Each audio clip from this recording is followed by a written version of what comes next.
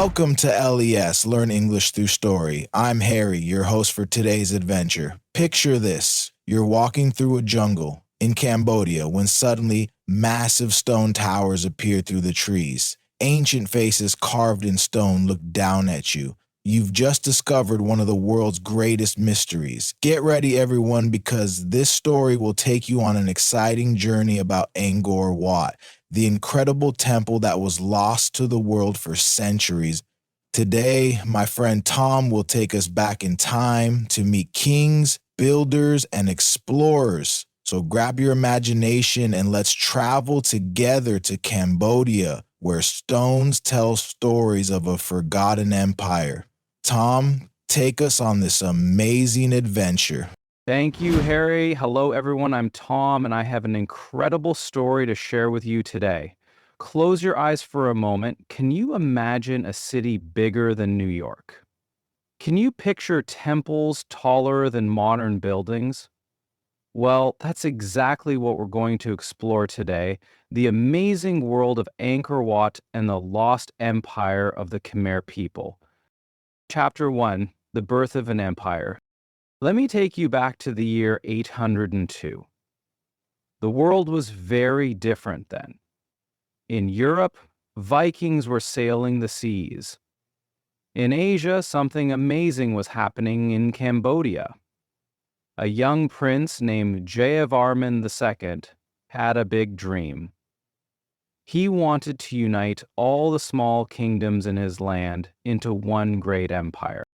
Jayavarman II was not just any prince. He was smart, brave, and had big plans. He looked at the jungle around him and said, "This will be the greatest empire in Southeast Asia." He declared himself the king of all kings. This was the beginning of the Khmer Empire. The Khmer people were farmers who lived near the great lake called Tonle Sap. They knew how to work with water. They built canals and dams, they turned swamps into rice fields. Food was everywhere, and the population grew quickly. But Jayavarman II wanted more than just a successful farming kingdom. He wanted to build something that would last forever. He wanted to show the world that the Khmer people were great builders and artists.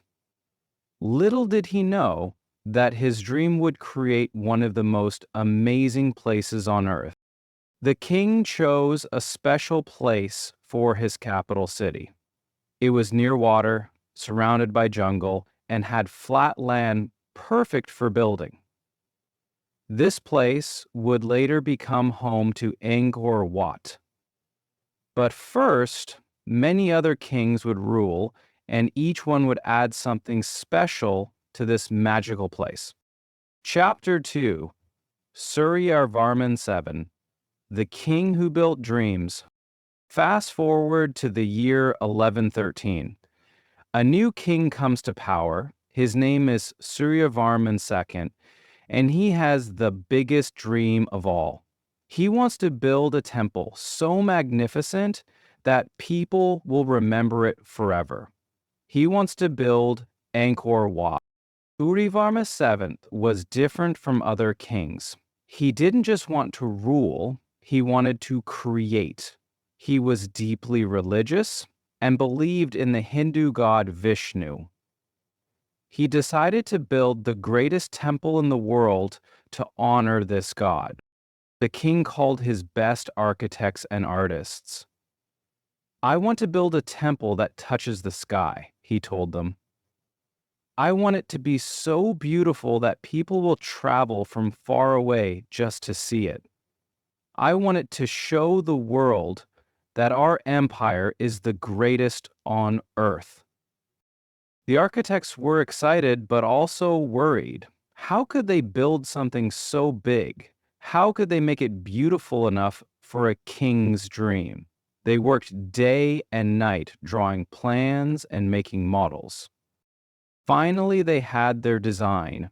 The temple would be built like a mountain. It would have 5 towers, with the tallest one in the center reaching toward heaven.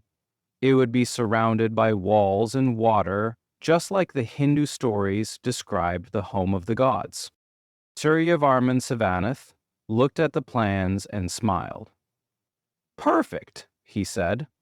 "Now let's build it." But he had no idea how difficult this project would be. Building Angkor Wat would take 30 years and require more workers than anyone had ever imagined. Chapter 3: The Great Construction, Building the Impossible, is 1120, and the most amazing construction project in history begins. Imagine trying to build something as big as a small city using only human hands, elephants, and simple tools. That's exactly what happened at Angkor Wat. First, the workers had to solve a big problem: how to get stone to the building site. The nearest quarry was 25 miles away. There were no trucks or trains in those days. So, the Khmer people did something incredible. They dug canals from the quarry all the way to Angkor Wat. Then they used boats and rafts to float massive stones down these waterways. Each stone block weighed as much as a small car. Workers used elephants, ropes, and wooden rollers to move these heavy blocks. It was slow, difficult work. On a good day, they might move just a few blocks into place. More than 300,000 workers and 6,000 elephants worked on this project. That's like having the entire population of a modern city working together. There were stone cutters, carvers, architects, engineers, and thousands of people who carried water and food to the workers. The construction site was like a busy city. Workers lived in temporary houses near the temple. Cooks prepared meals for thousands of people every day. Artists worked on beautiful carvings, while engineers figured out how to make the tall towers stand up without falling down. The foundation alone took 5 years to complete. Workers had to dig deep into the ground and fill it with stones to make sure the temple would be strong enough to support its own weight. They used a special technique where each stone was cut to fit perfectly with the stones around it, like a giant puzzle. As the years passed, the temple grew higher and higher. Local people watched in amazement as their king's dream slowly became reality. But this was just the beginning of the incredible work that would make Angkor Wat famous around the world. Chapter 4: The Art That Tells Stories.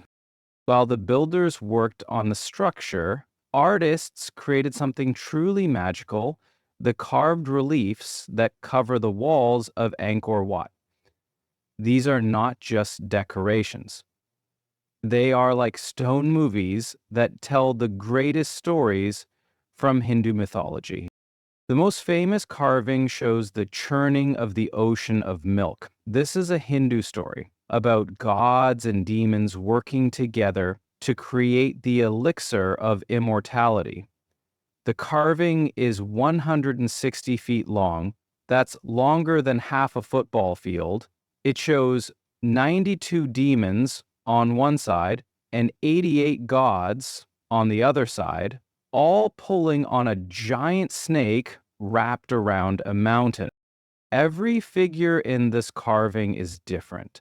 The artist gave each demon and each god a unique face and expression. Some look fierce, others look determined, and some look tired from all the pulling. It took master carvers many years to complete just this one scene. But this was not the only amazing artwork. The walls of Angkor Wat contain over 1,200 square meters of carved reliefs. That's bigger than 3 basketball courts. These carvings show battles, religious ceremonies, daily life in the Khmer Empire, and stories of kings and heroes. The artist also carved thousands of apsaras, heavenly dancing girls. Each apsara has a different hairstyle, jewelry, and dress. Some historians count over 1,700 different apsaras throughout the temple. These beautiful figures seem to dance on the walls, bringing life and movement to the stone. The level of detail is incredible. Artists carved individual leaves on trees, scales on fish, and even the expressions in the eyes of small animals. They used special tools to create different textures: smooth skin, rough tree bark, flowing water, and billowing clouds. This artwork was not just beautiful, it was also educational. Most people in those days could not read, so these carvings were like textbooks made of stone. They taught people about their religion, their history, and their culture. Chapter 5: The Golden Age in Daily Life. By 1150, Angkor Wat was nearly complete, and the Khmer Empire was at its strongest point. The capital city of Angkor was home to over 1 million people, making it the largest city in the world at that time. That's bigger than London or Paris today. Life in Angkor was amazing. The city had a sophisticated water management system with canals, reservoirs, and pipes that brought fresh water to every neighborhood. People lived in wooden houses built on stilts to protect them from floods during the rainy season. The markets were full of incredible things. Merchants sold silk from China, spices from India, and precious stones from local mines. People could buy fresh fish from the Great Lake, rice from the surrounding fields, and tropical fruits that grew in the jungle. Angkor Wat was not just a temple, it was the center of religious and cultural life. Every morning, hundreds of priests performed ceremonies in the temple. They offered food, flowers, and incense to the statues of gods. The sound of bells, drums, and chanting filled the air. During religious festivals, thousands of people came to Angkor Wat. They brought offerings, said prayers, and participated in elaborate ceremonies. The temple courtyards were filled with color: orange robes of monks, bright silk clothes of nobles, and flower garlands offered by devotees.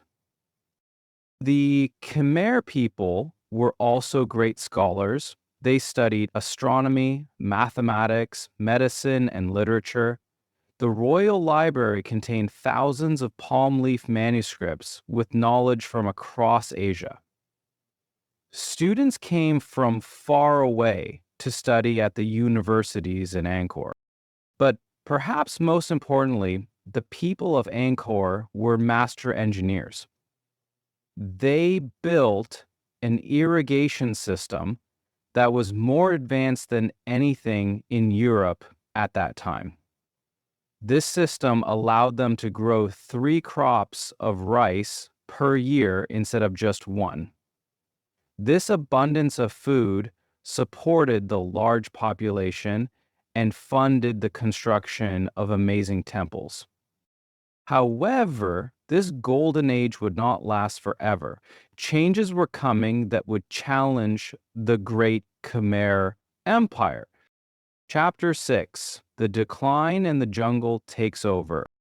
The year 1177 brought disaster to the Khmer Empire.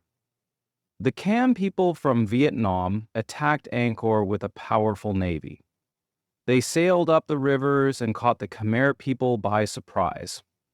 The attack was devastating. Many temples were damaged and thousands of people were killed. King Javarman VII fought back and eventually defeated the Cham invaders. But the damage was done. The empire was weakened, and it never fully recovered its former strength. Javarman VII tried to rebuild, but he made a crucial decision that changed everything. He converted from Hinduism to Buddhism.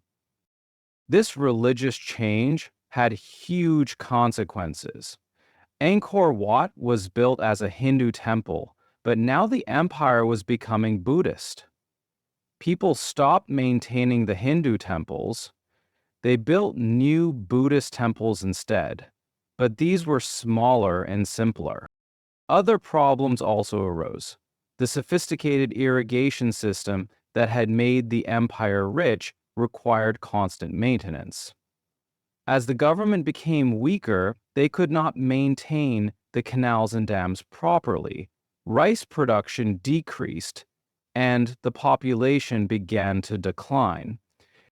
Climate change also played a role.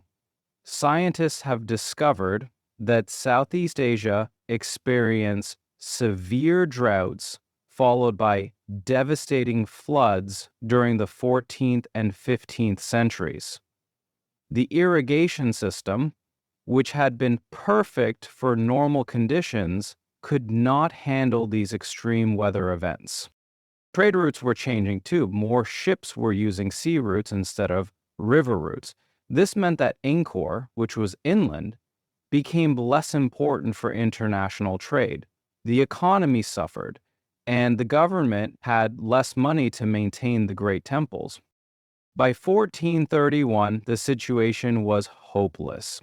Thai armies attacked from the west, the capital city was abandoned, and the royal court moved south to Phnom Penh, closer to the sea. Most of the population left with them. Angkor Wat and the other temples were left almost empty. Only a few Buddhist monks remained to take care of the most important buildings. Slowly, the jungle began to take over. Vines grew over the walls. Trees pushed through the stones, and wild animals made homes in the ancient halls. For the next 400 years, Angkor Wat was hidden from the world, known only to local people and a few monks who kept the memory alive. Chapter 7: The French Explorer Who Changed Everything. On a hot day in January 1860, a French explorer named Henri Mouhot was walking through the Cambodian jungle. He was looking for new species of plants and animals, but he was about to discover something much more incredible. Mohat heard stories from local people about ancient temples in the jungle, but he didn't expect to find anything like what he saw that day. Suddenly, through the trees, he glimpsed massive stone towers covered in vines. His heart started beating fast. He had discovered Angkor Wat. I cannot understand how such enormous works could have been built by a people who had no knowledge of the mechanical arts, Mouat wrote in his diary. He was amazed by the size and beauty of the temple. He spent 3 weeks exploring and making drawings of what he found. When Mohat returned to France, he published his discoveries. His book included detailed drawings and descriptions of Angkor Wat. People in Europe were shocked. How could such an incredible place exist without the Western world knowing about it?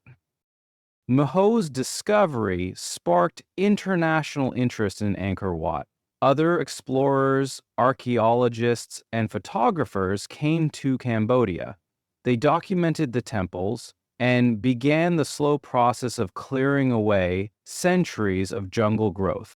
The French government, which controlled Cambodia at that time, started the first restoration projects. They brought in teams of workers to remove trees and vines from the temples. They also began studying the inscriptions, carved in stone to understand the history of the Khmer Empire. However, the early restoration work was not always careful. Some workers damaged carvings while removing plants. Others took away statues and stones as souvenirs. It took many years for archaeologists to develop proper methods for preserving ancient temples in tropical conditions. Despite these problems, Muha's discovery saved Angkor Wat from disappearing forever. Without international attention, the jungle might have completely destroyed this incredible place.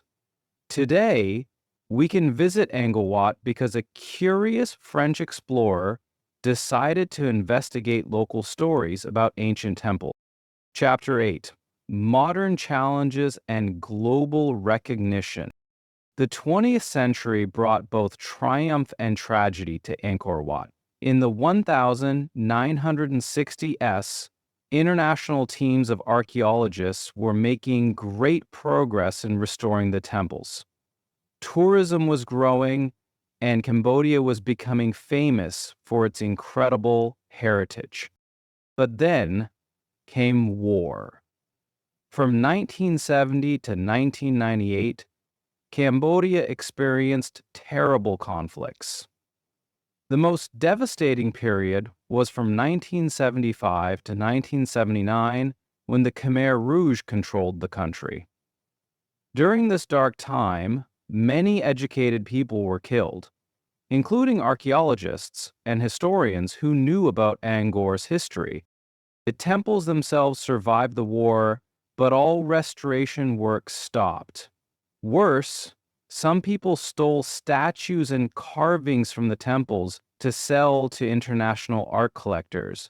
Priceless artifacts that had survived for 800 years disappeared during just a few decades of conflict. Peace finally came to Cambodia in the 1990s. The first priority was to protect Angkor Wat from further damage. In 1992, UNESCO declared Angkor a World Heritage Site. This meant that the entire world recognized Angkor Wat as incredibly important for all humanity. International money and expertise flowed into Cambodia to help restore the temples. Teams from Japan, India, Germany, and many other countries worked alongside Cambodian archaeologists. They used modern technology like computers and lasers to map the temples and plan restoration work. Today, Angkor Wat faces new challenges. Over 2 million tourists visit every year. Tourism brings money that helps pay for restoration, but it also causes problems. Too many people walking on ancient stones can damage them. Hotels and restaurants built near the temples can affect the groundwater that the stones need to stay strong. Climate change is also a concern. Rising temperatures and changing rainfall patterns affect the stones and the plants that grow on them. Scientists are studying how to protect Angkor Wat from these modern environmental challenges. Despite all these challenges, Angkor Wat remains one of the most incredible places on Earth. It appears on Cambodia's flag and money. It's a symbol of what humans can achieve when they work together with big dreams and determination. Wow, Tom, what an incredible journey through time. From King Suryavarman VII's ambitious dream to Henri Mohat's amazing discovery, we've seen how Angkor Wat represents the best of human creativity and determination. This magnificent temple teaches us that great achievements take time, patience, and the cooperation of many people. It shows us that art and architecture can survive for centuries and continue to inspire new generations. Most importantly, it reminds us that every culture has contributed something beautiful to our shared human heritage.